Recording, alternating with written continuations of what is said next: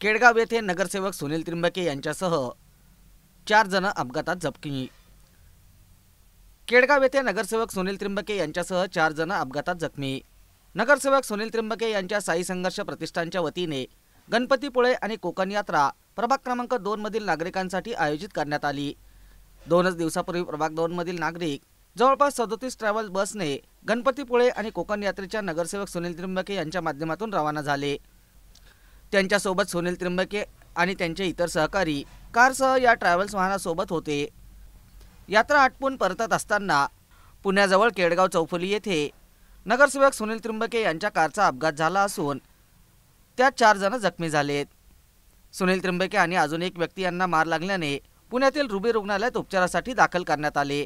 या अपघाताची माहिती मिळाल्यानंतर नगरमधून नगरसेवक निखिल वारे आणि त्यांचे सहकारी पुण्याकडे रवाना झाले।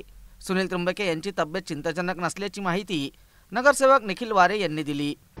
ओम साईराम, गणपतीपुळे या ठिकाणी आम्ही सहलीला गेलो होतो।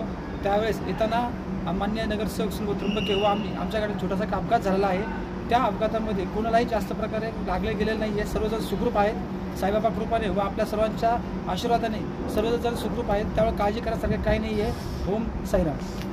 पालिकेचे नगरसेवक सुनील त्रिंबके हे गणपतीपुळे येथून देवदर्शन करून परत येत असताना त्यांच्या वाहनाला दौंडच्या आसपास त्या ठिकाणी रस्त्यावर अपघात झाला आणि या अपघातामध्ये सुनील भाऊ आणि त्यांच्याबरोबर असलेले प्रेमोलेश पासकंटी हे आणि अजून इतर सहकारी जखमी झाले आणि जखमी झाल्यानंतर त्यांना पहाटे तातडीने दौंड येथील खाजगी रुग्णालयामध्ये त्या ठिकाणी प्राथमिक उपचार करण्यात आले।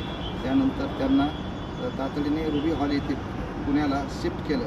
आम्ही सर्वजण या ठिकाणी रुबी हॉलमध्ये पोहोचून सुनील भाऊ यांना प्रत्यक्ष भेटलेलो आहोत। डॉक्टरांनी चिंता करण्याचं कुठलंही कारण नाही असं सांगितलेलं आहे। त्यांची जी काही तब्येत आहे ती आता ठीक असून म्हणजे कुठल्याही प्रकारचा धोका त्यांच्या तब्येतीला नाही आहे असं डॉक्टरांनी या ठिकाणी सांगितलेलं आहे। प्रभागातील सर्व नागरिकांच्या आशीर्वादामुळं आज सुनील भाऊ आणि त्यांचे सर्व सहकारी हे सुखरूपपणे या ठिकाणी उपचार घेत आहेत।